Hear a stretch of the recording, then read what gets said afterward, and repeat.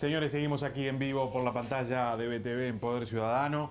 Como les decíamos, el conflicto salarial que afecta al Poder Judicial deriva de un artículo de la Ley de Presupuesto del actual gobierno que aumentó el sueldo a los ministros del Poder Ejecutivo sin tener en cuenta que ello, por otras normas de equiparación, favorecía, entre otros, a los jueces del Poder Judicial. Es un gusto recibir al doctor Ricardo Míguez, presidente de la Asociación de Magistrados del Uruguay. Doctor, gracias por acompañarnos. No, gracias a ustedes por la invitación y es un placer estar con ustedes. Juez penal, ¿no? Juez penal de No Montevideo. está de turno. No, ahora no. El día de la asamblea estaba, pero bueno, pudimos hacer y contemplar las dos situaciones. Efectivamente, esto es así. La ley de presupuesto no tuvo en cuenta estas equiparaciones que existen previamente, por otra parte, que hacían que, ante un aumento de salarios de los ministros del Poder Ejecutivo, se desencadenaran otros aumentos. Claro, efectivamente lo que sucedió es que en el año 2010 se dicta una ley de presupuesto por la cual, ustedes recordarán que el señor presidente de la República manifestó su intención de equiparar los salarios de los senadores con los ministros. Exacto. Se dijo algo como que si trabajan 6 veces más, 4 veces más, es necesario pagarles más. Y bueno, esa situación...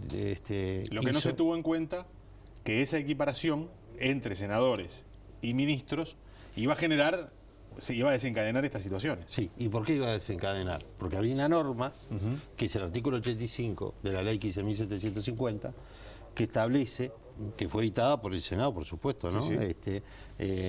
Y que nosotros llamamos norma de garantía. ¿Por qué le decimos norma de garantía? Antes de entrar al fondo de la cuestión, porque era una norma que pretendía con ella dar la posibilidad de que los jueces no anduvieran deambulando en los pasillos del Poder Legislativo para reclamar el aumento de sus salarios. Claro. Eso está en la historia de la ley, ¿no? En la discusión histórica de esta ley 15.750. Esta ley es de 24 de junio de 1985. 15.750. 15.750. Y es del 24 de junio de 1985. Quiere decir que es una ley que tiene unos cuantos años, ¿no? ¿Verdad?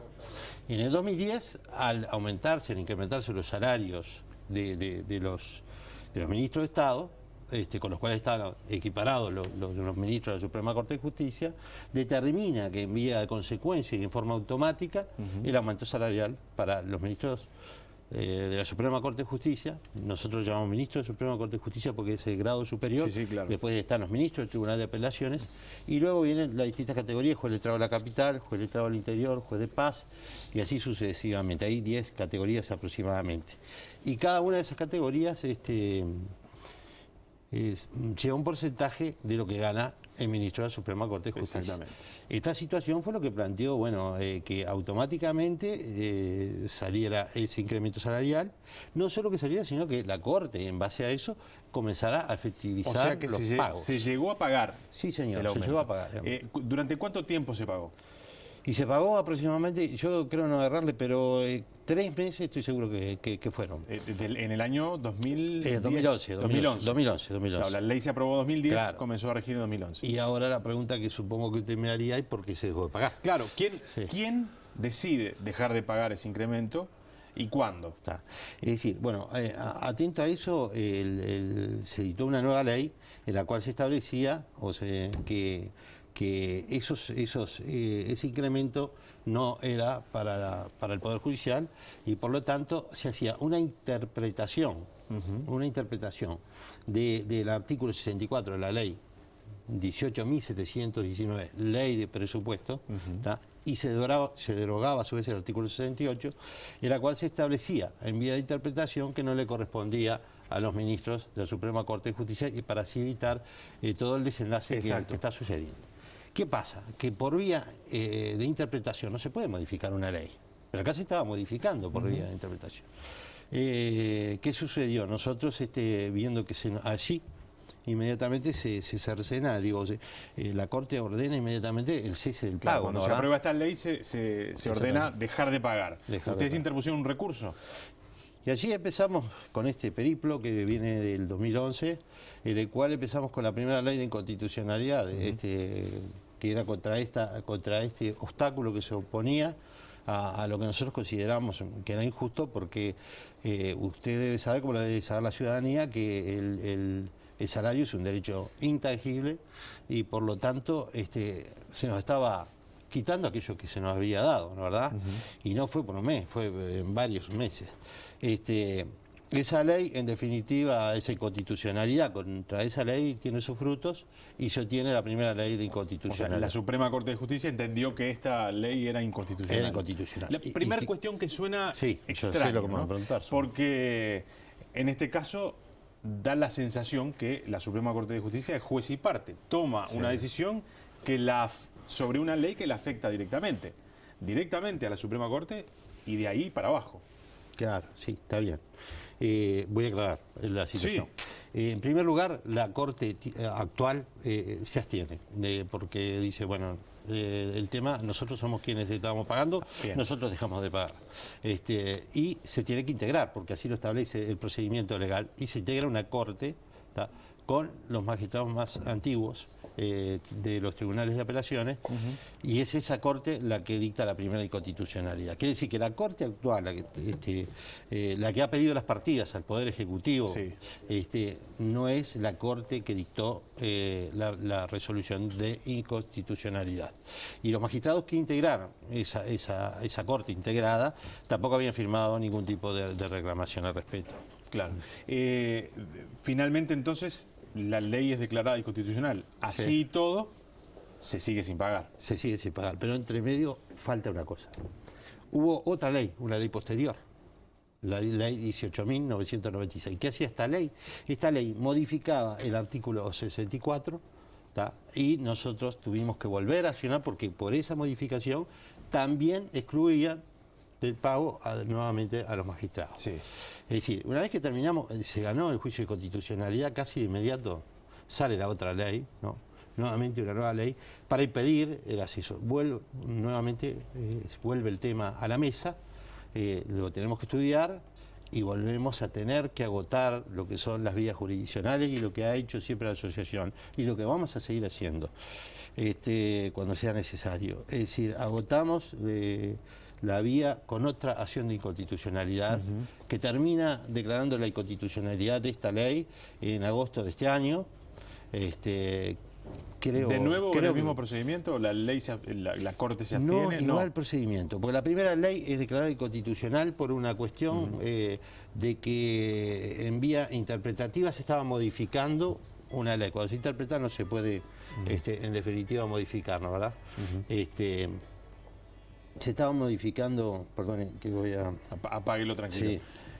Sí. Por vía interpretativa se estaba modificando una ley lo que no correspondía. Sale posteriormente esta ley, pero esta nueva ley es declarada inconstitucional por cuestiones de forma, es decir, por otros elementos. De todas maneras, se sigue sin pagar. De todas maneras, se sigue sin pagar y bueno, nosotros creo que hemos tenido una paciencia a veces hasta diríamos infantil, porque hemos esperado desde el año 2012, bueno, hubo parte que fueron procesos, hay que reconocerlo también, que son las de inconstitucional. Claro, sí, sí. Lo que lleva a presentar un recurso de este tipo y que la Suprema Corte pero se nosotros expida. podíamos haber de repente salido antes a plantear estos temas, pero como entendíamos que por la vía legal se iba a solucionar, porque lo teníamos tan claro este elemento. Somos gente de derecho, aplicamos el derecho y pretendemos que cuando nos toca a nosotros se nos permita también, ¿no? Antes de ir a esta otra instancia que tiene este conflicto, que tiene que ver con las medidas que se podrían llegar a tomar, sobre las cuales quiero hablar particularmente, algunas cuestiones informativas, fundamentalmente para los que nos están viendo. ¿De qué monto de dinero estamos hablando? Usted decía, estamos hablando que se adeudan estos aumentos desde el año mitad de 2011, usted corríjame, hasta ahora. Son 3 años aproximadamente. Exactamente. ¿De qué monto estaríamos hablando? El gobierno dice que son 60 millones de dólares. Bueno, usted sabe que yo le voy a decir la verdad, cuando yo tomé la presidencia de la Asociación de Magistrados, para mí un orgullo, la verdad, más allá de estos temas que uno no quisiera estar pasando, pero la circunstancia nos lleva a ello. El 1 de octubre. ¿Tá? Y el 7 de octubre ya teníamos una primera reunión por estos temas fijadas con el Ministerio de Economía y Finanzas. Pero los periodistas, cuando me empiezan a llamar por estas circunstancias, lo que me planteaban era el tema cuánto era en dinero, y yo desconocía, porque recién estaba tomando lo que era la presidencia de la Asociación de Magistrados.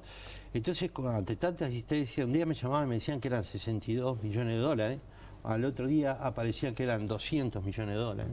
Al otro día parecía que eran 265 millones de dólares. Y digo, bueno, si sigue así, capaz que terminamos 500. Sí, sí, sí. Entonces resolví ir y averiguar concretamente a la fuente, a la Suprema Corte de Justicia, y me dijeron que el gasto previsto por esta situación eran 50 millones de pesos mensuales. Es decir, vea la diferencia, ¿no? 50 millones de pesos mensuales. Mensuales. Estamos hablando de 2,5 millones de dólares aproximadamente. Claro. Al mes. Bajemos. De 62 millones de dólares, si usted lo pasa a dólares, andamos en 2 millones y algo por mensualmente. Mes. Estamos hablando de 36 meses. 36 meses.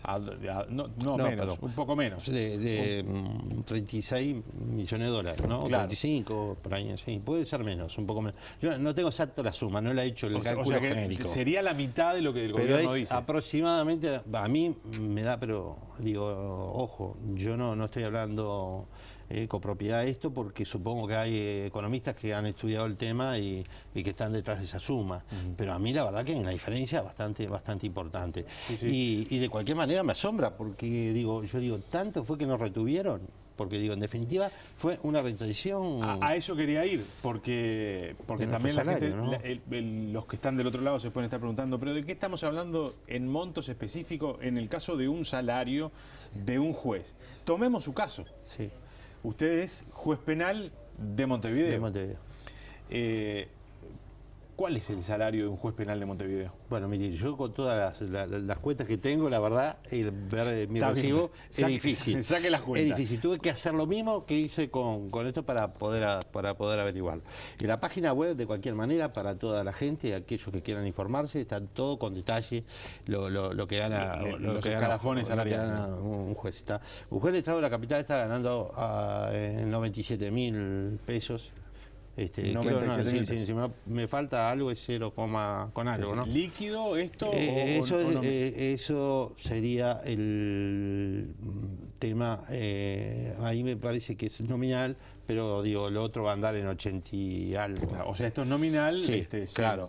Haciéndole todos los descuentos quedarían en 80 y pico de mil pesos. En 80 y pico mil pesos, más después tenemos alguna partida que complementa eso, pero no hay mucha diferencia mayor. Entonces, en definitiva, sobre esta cifra, ¿cuánto era el aumento que a ustedes...? Bueno, yo la verdad no lo tengo presente, porque digo, nosotros nos basamos en la tesorería, en la división contaduría de la Suprema Corte de Justicia, que nos hacía la liquidación, pero era una parte importante. Yo no me acuerdo, pero quizá... no quiero decir cifras. ¿No está claro los porcentajes? No le quiero decir cifras, no me acuerdo en aquel momento cuánto era moneda en plata, pero sé que yo había contraído determinadas obligaciones que después tuve que cubrirlas porque uno hace prevenciones del futuro, como hace cualquier ciudadano, ¿no? ¿Verdad?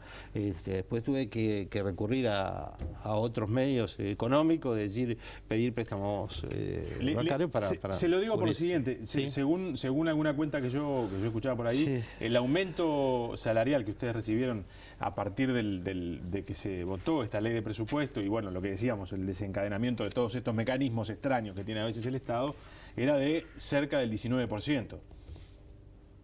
En un salario de 100.000 estamos hablando de 19, claro, 20 yo mil pesos. no me acuerdo en aquel momento cuál era el salario mío, así que no puedo contraponer eso a lo que usted me está diciendo. No, la verdad que no lo tengo presente. Sé que era una suma importante. Era una suma importante para nosotros, y bueno, si ahora se ve lo que se está hablando ahora, en definitiva es por el cúmulo de esas retenciones que en definitiva no se advirtieron oportunamente, ya sea o porque estaba el problema del litigio de las inconstitucionalidades, y bueno, y la Suprema Corte de Justicia creo que bien, porque digo, al estar discutiendo ese tema tuvo que parar y dejar de de abonar en ese momento, y bueno, hasta que se habilitó la vía para que pudiera pagar. Inmediatamente, creo que el 20 de agosto, la Corte estaba mandando, la Suprema Corte de Justicia estaba mandando ya datos, diciéndole al Ministerio de Economía y Finanzas, señores, lo que precisamos nosotros, porque somos además un poder del Estado, pero como usted sabe, no tenemos dinero propio, claro, tenemos que pedirlo al Ejecutivo, eso es evidente. Bueno, actuamos en consecuencia, a toda la Corte, que es la jerarquía máxima del Poder Judicial, ¿no? Pidiendo las partidas en forma inmediata. ¿Cómo van encaminadas las negociaciones? Porque yo lo escuchaba al doctor Homero Guerrero, secretario de la Presidencia, decir que son muchos los recursos que se necesitan para hacer frente a esta situación. Decía, hoy no los tenemos. Eventualmente esto va a tener que ser resuelto en la próxima ley de presupuesto. ¿En qué están? ¿Cómo viene la negociación? Yo lo que veo es lo siguiente. Digo, siempre tuvimos una contestación distinta, a veces coincidentes y a veces no. Este argumento que usted me lo plantea es la primera vez. A mí no me dijeron, no es que no hay. A mí lo que me dijeron, no hay fecha cierta para el pago.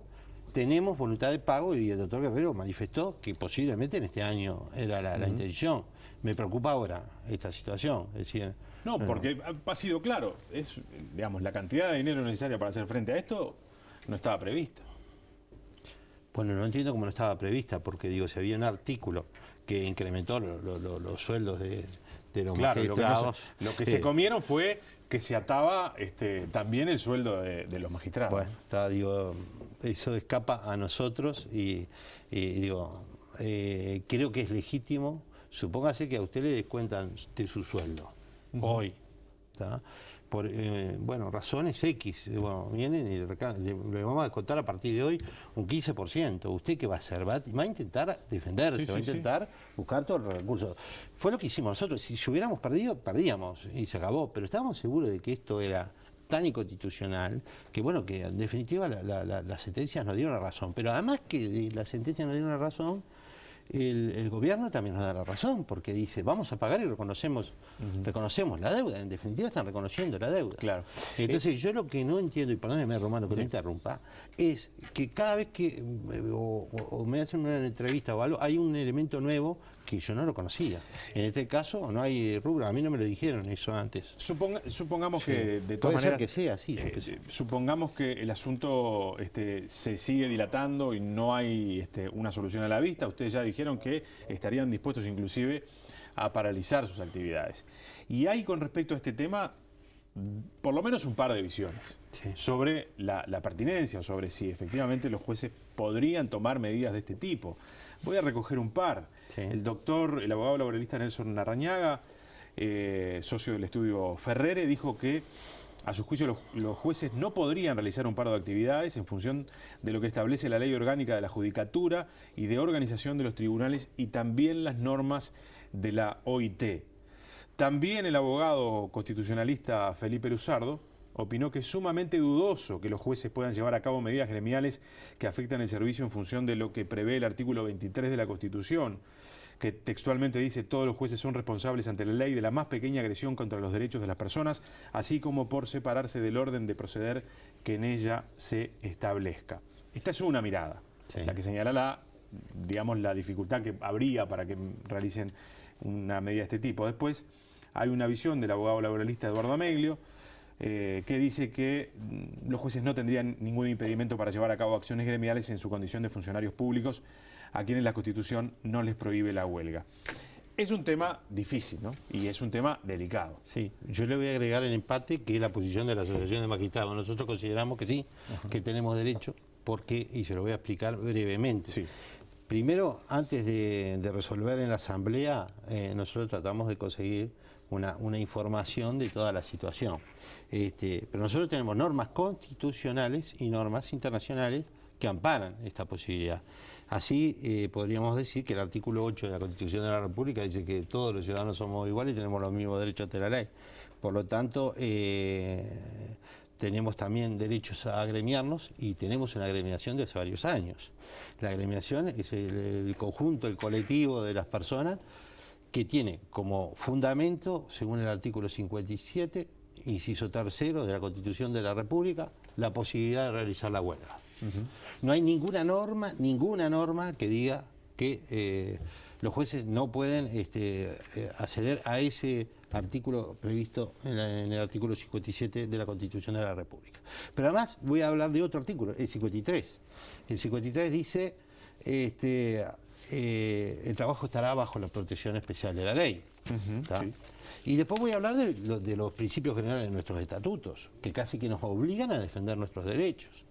Y si no lo dijeran los estatutos, hasta creo que nuestra propia esencia humana nos obliga a defenderlo. Creo que hemos demorado demasiado tiempo en esto. Hemos sido muy pacientes, Romano, créame. Digo, nosotros nos cuesta mucho y a veces, ¿por qué no nos da, esto no nos trae alegría a nosotros, el adoptar este tipo de situación? Y ojo, no la adopté yo, la adoptó la Asamblea, una Asamblea nutrida con una cantidad importante de jueces. La última, porque ya no tengo más tiempo. Sí. ¿Hay alguna instancia prevista para las próximas horas, los próximos días, con alguna autoridad que ya esté agendada? Antes de la Asamblea, todos los gremios del Poder Judicial solicitamos una entrevista con el ministro de Economía. Esa nota está allí, todavía no hemos recibido alguna contestación. Esperemos que sí. Se nos dijo que había voluntad de pago, tanto a nivel del Ministerio de Economía como a nivel del Poder Ejecutivo, y nosotros creemos en que esas promesas son ciertas y que se van a cumplir, ¿no? ¿Verdad? Doctor Ricardo Míguez, presidente de la Asociación de Magistrados del Uruguay, gracias por este rato, gracias por acompañarnos esta noche. Obviamente, para todos nosotros lo mejor sería que esto se resuelva y no llegar a una instancia como la que estábamos analizando recién. Sabemos lo complejo que podría llegar a ser paros a nivel de la justicia, con las implicaciones hasta humanas que puede llegar a tener este tipo de situaciones. Así que gracias y esperemos prontas noticias del Poder Ejecutivo para ver cómo sigue esto. Ojalá así sea. Y antes de terminar, una cortita nomás, es que el tema de eventual suspensión de tareas va a ser una cosa gradual y se van a hacer guardias gremiales en la parte penal, en la parte de violencia doméstica. Porque aquí hay plazos que expiran y que hay que... Exactamente. Nosotros somos hombres de derecho, conocemos también cómo debemos hacer para mantener toda la situación. Puede haber en algún caso alguna pequeña distorsión porque la medida de autotutela es un derecho fundamental, el gremial, el derecho a la huelga, pueda acaecer. Pero hemos intentado de que no se perjudique con esto a la ciudadanía. Gracias, doctor Míguez. Gracias a usted. Les recuerdo a todos los que están del otro lado que no hay antecedentes en Uruguay de un paro de magistrados, más allá de que en el gobierno del doctor Luis Alberto Lacalle la gremial estuvo muy cerca de medidas de este tipo, también por conflictos que había instalado en ese momento. Gracias por acompañarnos. Gracias. Señores, hacemos una pausa. Seguimos en esta edición de Poder Ciudadano de hoy.